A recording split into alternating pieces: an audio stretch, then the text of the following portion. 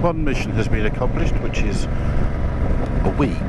And again, instantly, the scenery, you've still got the edge of the valley, but we're in now this little road that's kind of winding around the sides of one of the hills. I think this goes on for quite some time actually, but yeah, just look at it. Again, you can't go that fast because you can't really see what's going on. Excuse me, sorry, COVID cough. Sheeps. Yeah, that's fantastic. So I do like that. Shush and find some suitable music.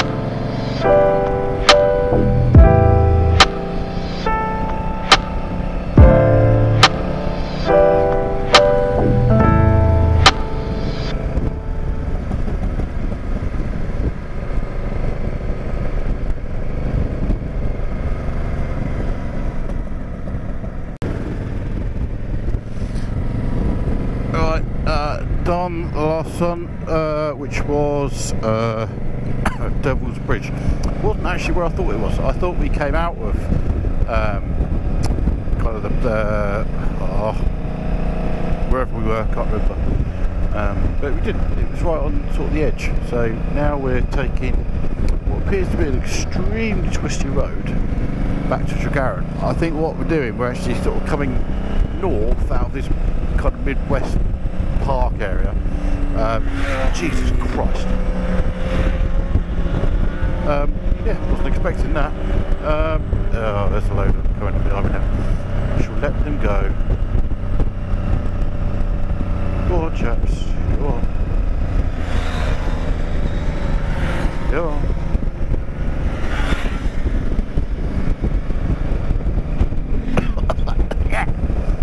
Bloody motorcycles. Well, dude, you're going to have to wait behind me when I'm now behind me.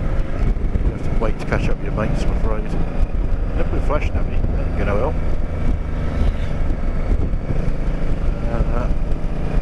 Yeah, not really anywhere for you to come past, my friend. Go on in.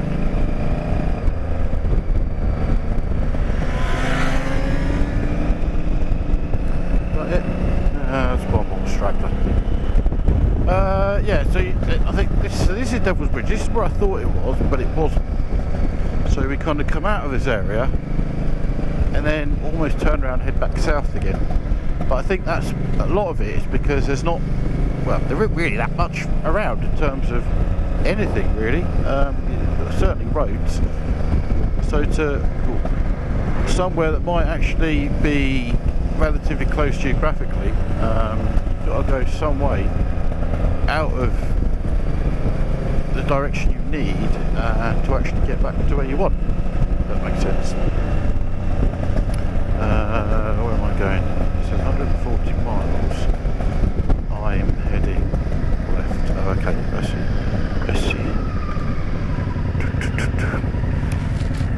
Right, car.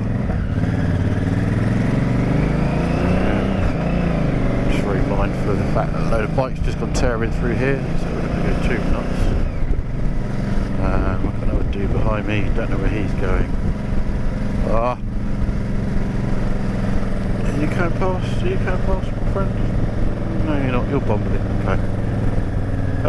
So yeah, so now we've got to kind of go north and left again. So see where it says left there, Tregaron, I think that's where we're going to be going.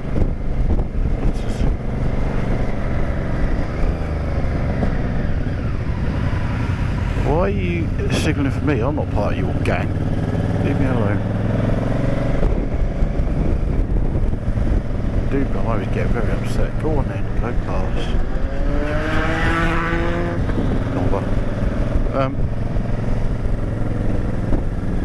Anyway, yeah, I've completely lost my train of thought now with this lot. I don't really want to be close to them because I detect scrapage of metal and plastic. So I'm just going to hang back. Okay, right, gone now. I will say hello when we get back from Tregaron. Right, bye. So, still on our way to Tregaron. Hello everyone, hello and hello. But you can see how the scenery's changed again. Again, it's just a short space of time. You've gone from the really sort of brown, whatever it was we decided it was, to grass, trees, to hedges. Although we have come down quite a bit altitude-wise. Sorry, a bit of indigestion there. It's got a lot warmer again. I still haven't taken my jacket off, but I'm still hot. What the hell is that called? What the hell is it? Yeah, I'm pronouncing my Welsh names. Now, bunker. Oh, hello. Yeah. Anything else to say? Apart from we're at 20 and I'm doing. It should be faster. You'll be really careful with these things. I mean, there's a lot of the places that have been have said police speed check, but I haven't actually seen anything yet. That's not to say completely the wrong gear for that. Hello, my friend. It's not to say there isn't a police speed check, so I do need to be a little mindful. But it's just, I'm not going to say, oh, 20 smell all that speed, but it's rubbish, because they're not. I understand why they have them. And they're not everywhere, they're only in like sort of built up areas like this. And if you can't control your car or your motorbike at 20 mile an hour, then you've got a serious issue. But it is quite, when you're so used to doing 30 miles an hour, to me this feels like pottering speed, but just under 30, so it's quite a mental adjustment. And this is a bit weird, where it goes straight from 20 into a 60. I would have assumed it would be like stepped, but it's not. You go from a 60 to a 20 and a 20 into a 60, which seems a little bit dangerous. Particularly if you go in, if you don't know the area, and you're doing the speed limit, not over, but you're doing the speed limit going into a 20. There's no kind of, sometimes you'll see like a 30 with what they call like the intervals, so 3, 2, 1, and then you're in 30, a bit like sort of motorway marker, but you don't get those, it's just straight into 20.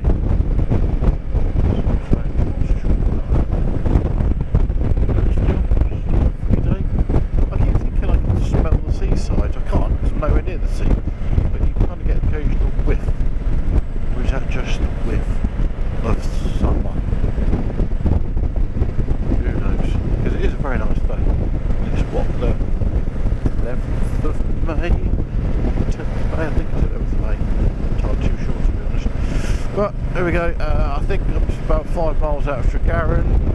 I'll probably stop at Tregaron because it's quite a way on the road. So it's quite a diversion to go through Limbrian, so I'll stop at Tregaron quickly and get rid of my under jacket because I am definitely hot now.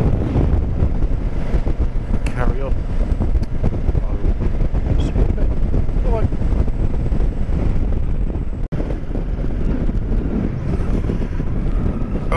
Okay, here we go.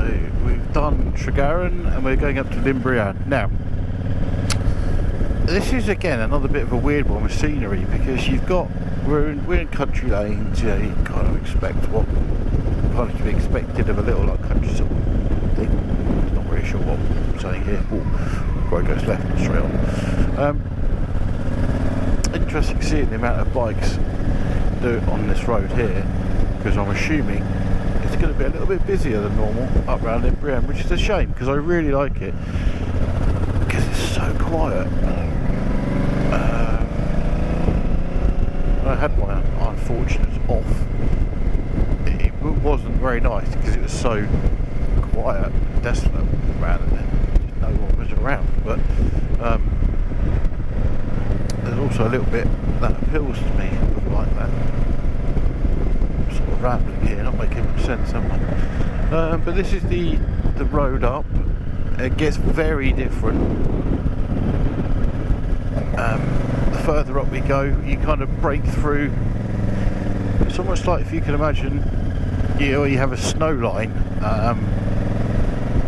with like trees and stuff like that, and mountains. This is almost quite similar, but almost rather than the snow line, it's like a tree line, because the trees just kind of suddenly stop, and again you're in sort of the heather bit. It's got sort of rough and ready, but then the further up you go, it gets very woody again. I don't know what it is, but I know Limbrian's a man-made lake, and there's lots of like logging areas around the outskirts of it. I think some of it is privately owned, I don't know. We're hopefully going to do a car launch towards the end of this year. Thinking it's actually really uncomfortable to ride up this, because you're kind of riding up and you're holding onto the handlebars as well as trying to twist throttle. Yeah, we're going to try and do a car launch later on this year, Santa Fe. And I want to include this as part of the route. One of the things we're going to do is some camping in the cars, hopefully, which probably doesn't make much sense to anyone watching this now, but all revealed. Here you go, you can see it's now starting to change, open up. But this is probably my favourite part of the UK, I think. Even more so than some of Scotland. Some of Scotland is fantastic, but around here really is probably taking your breath away. And it's a shame that people don't realise, I said it before the last time I did one of these, it's a shame that people don't realise that the UK has scenery like this. It's very easy, well it's not very easy, but it's people kind of default to the Alps and stuff like that, which are pretty mental the first time you see them, but this is equally so, maybe on such a big scale, but there's definitely the bike's backfiring again, the original exhaust is back on it. I don't know why it's doing that. Oh Jesus Christ, dude, I'm not really paying attention there, I jumped. There's some big old bikes these days. Some big bikes, some GS's and almost like, they're not the width of cars, but you sort of take not even an old Mini, but an older sort of mid-90s car. Those things are knocking on for at least half the width of it. Subject to motorcycles, I don't know what I'm doing with this Varadero. Just getting a bit bored of it now. It's just not what I like, it's just not that interesting. Got a huge amount of power. I think it's supposed to be 100 horsepower or something, which isn't a problem in itself, but it has no torque, it's gutless. But I wanted an adventure bike for roads like this. Got one. Now it's out of my system. I think I might go back to an FJR. I miss my FJR, I really like that bike. So I'm just watching the prices of used ones at the moment. And who knows, by the next time I do a video, maybe I should be on the jar.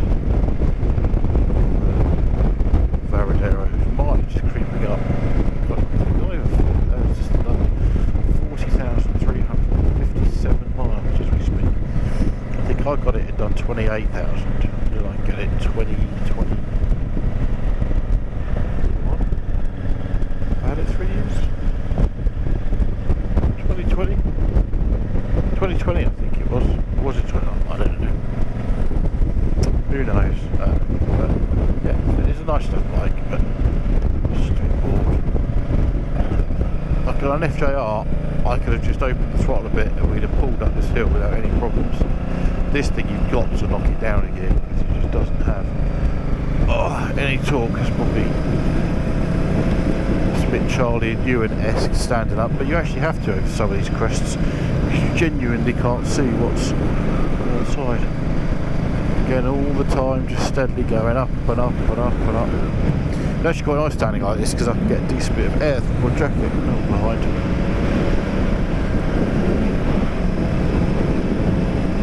It's nice, isn't it? Very nice, very nice. Onwards, so we'll carry on.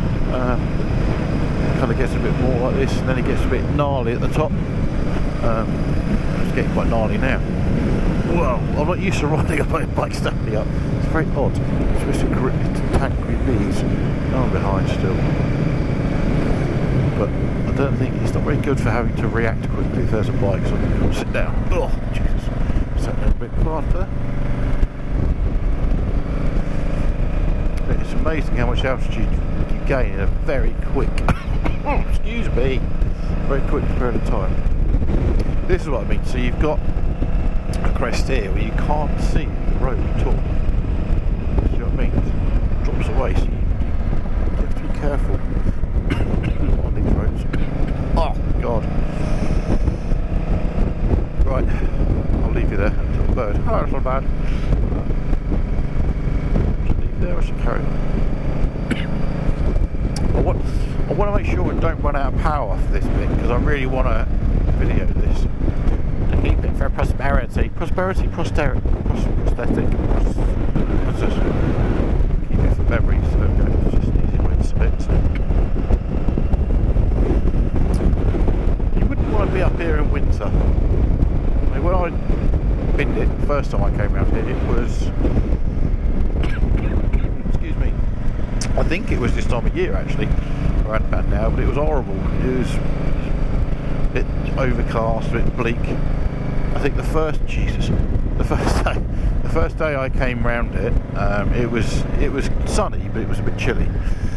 And then I wasn't supposed to come back that way. My route sent me a different way, but I liked it so much I thought, no, I'll come back. Yeah, shouldn't have done that. Because A, it was raining and horrible, really windy. B, crashed. It's still very, it's pretty awe-inspiring scenery in the wet season still, even on overcast grey. There's something about it. It's so dramatic that it doesn't really matter. Jesus, still climbing. Climb. So this is the bit, as I said, you go through the trees. There's a lot of logging roads and stuff here. You can see.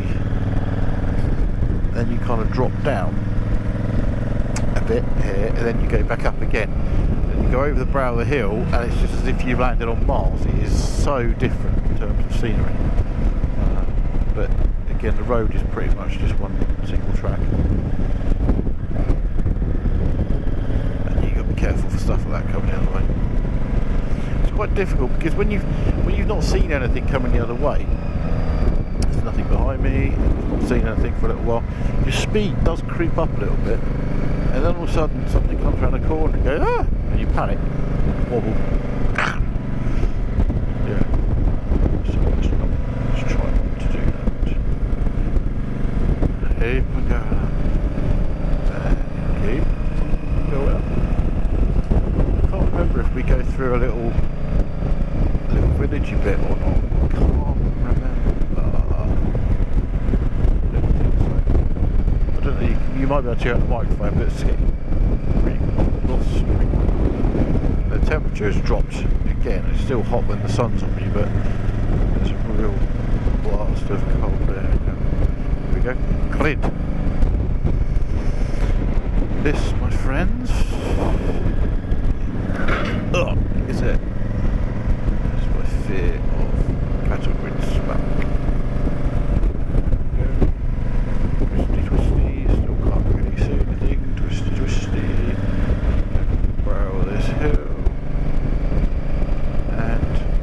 Bosh! There you go. Have a look at that. Mad, isn't it? So we're basically going over that way. See, there's some trees in the distance over there.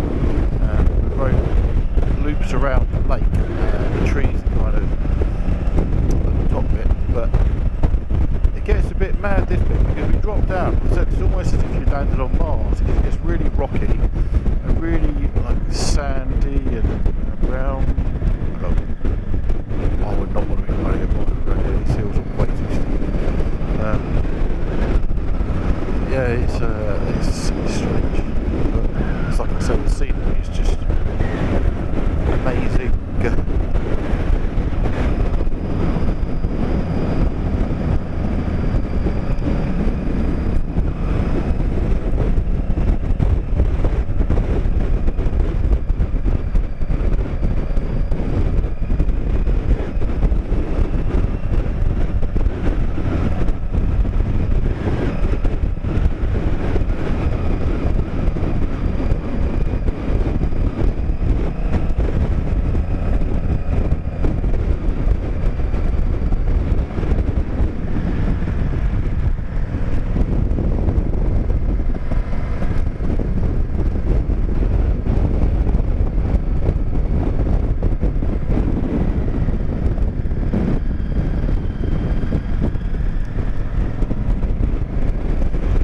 The remote phone box, it's called. It's quite a well-known spot in the world of overlanders, I think the phrase is. And that road there takes you up to a big forest track. You're not supposed to come down. I think people do occasionally. We should progress on. I can't know. Is it this way? Oh, I can't remember now. I'm supposed to go down this way or not.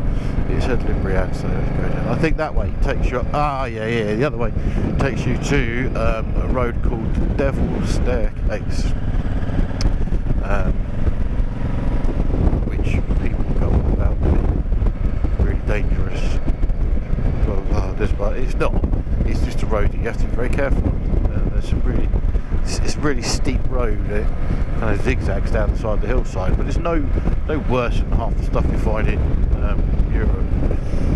In fact, there's a road on the San Bernardino Pass, if anyone ever does that, which no one really talks about. They talk about the pass itself, but they don't talk about the descent, or ascent, depending which way you come there from.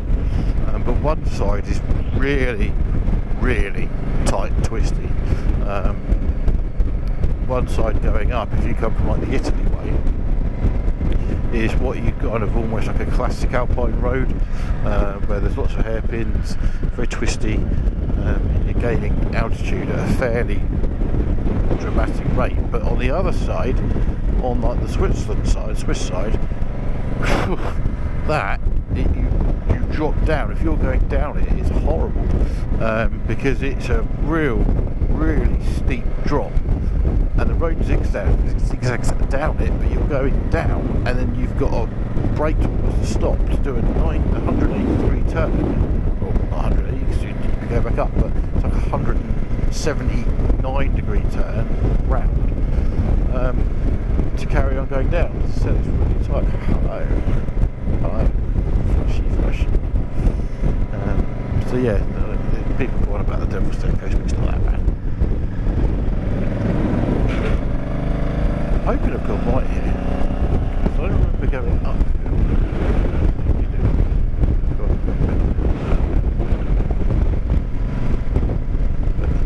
So this road goes on for quite a while, and I'm massively going out of the way. Well, I'm not massively going out of the way, but I'm definitely going out of the way here. But the whole point of this ride is to do some nice countryside roads.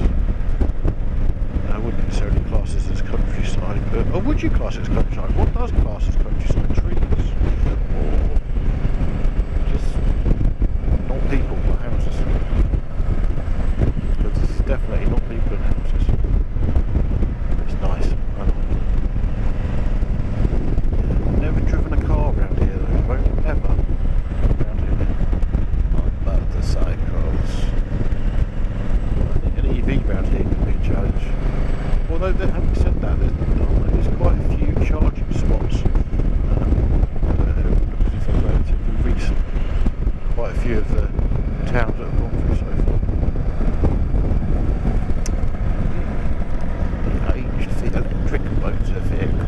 I like electric cars. I don't care what anyone else says. People that ridicule haven't spent any time on one. If you do, you realise how nice they are. Yeesh. Oh, get ready.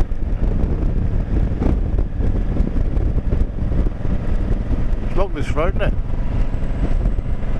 I'll come back when we get to the woody bit. Bye bye. Okay, I'm back already. I kind of lost my bearings a little bit. I didn't realise where I went, but we were in the woody bit. It wasn't that long after I stopped shooting we came around it. These forests, it smells amazing. I'm not going to try and pretend to I know what these trees are, because I don't. They're kind of like fir trees. Anything more fancy than fir trees, but they smell lovely. Really, really nice. Again, just adds to this area of. What was this sign doing? Yeah. Again, it's just this part of the world is something else. You see up there the tracks that take you around. None. I don't think any of that is actually public road. I think it's all forestry track. You can see where they've cleared some of the trees. Brienne is a man-made lake. I can't remember when they made it. I think it was back in the 50s. I might be imagining that. Right, I'm not going to apologise for going slow on some of this, but obviously me and this road have history, so I'm being careful. Yeah, it was one of these lakes that was man-made back then. I think they flooded the area. There's like 3 or 4 houses underneath it, which if the water level drops, see. First time I came round here, I don't know, obviously it's the first time I came round, so I didn't know whether it was a high water level, low water level. But the second time I came round, it dropped hugely, really quite significant amount. You can see where the water had been up past quite clearly. I always get chilled mates a little bit. So over there, where I was going to stop, there's a car park. That's where I crashed. But just round this corner, it's like, again, it's just a bit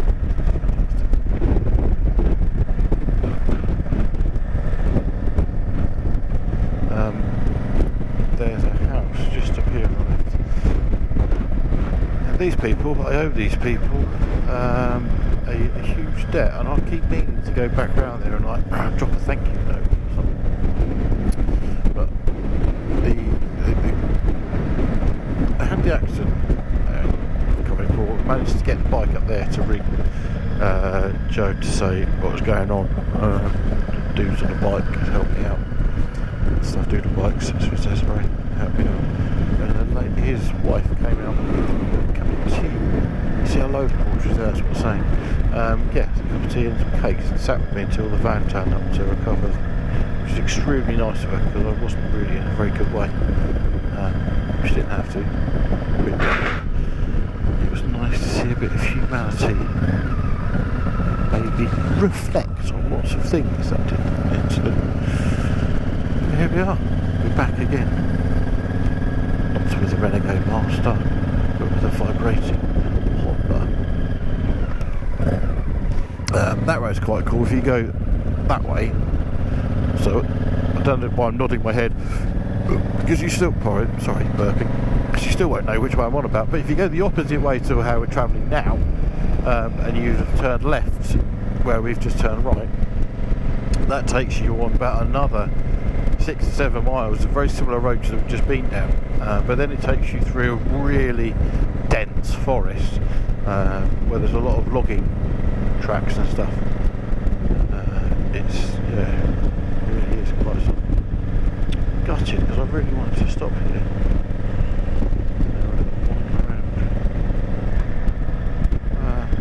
Stop anyway. Always let it stop there. It's really annoying. There's little dirt and crap there. Actually, no, so much stuff. I'll tell you what, let's go a bit further on. Glad to see the trees coming back because they cut a lot of the trees down before.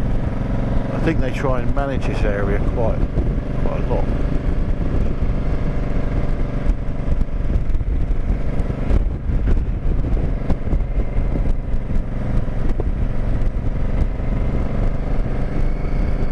It's fantastic, isn't it?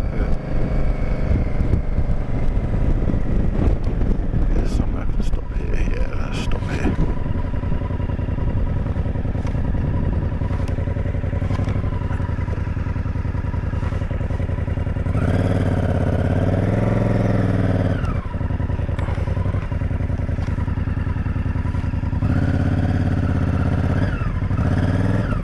Whoa, be too careful there. Right, that's just, whoa, probably not the best idea I've ever done, because that's a bit too steep, bike's going to be too far over. Let's just park up there, shall we? Yeah, that's a good idea, probably, before you drop this thing.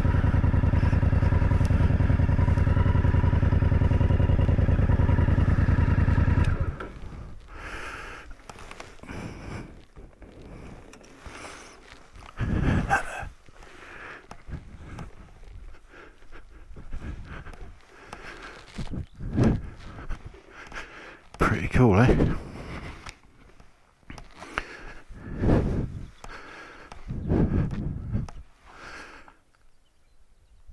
Absolutely quiet.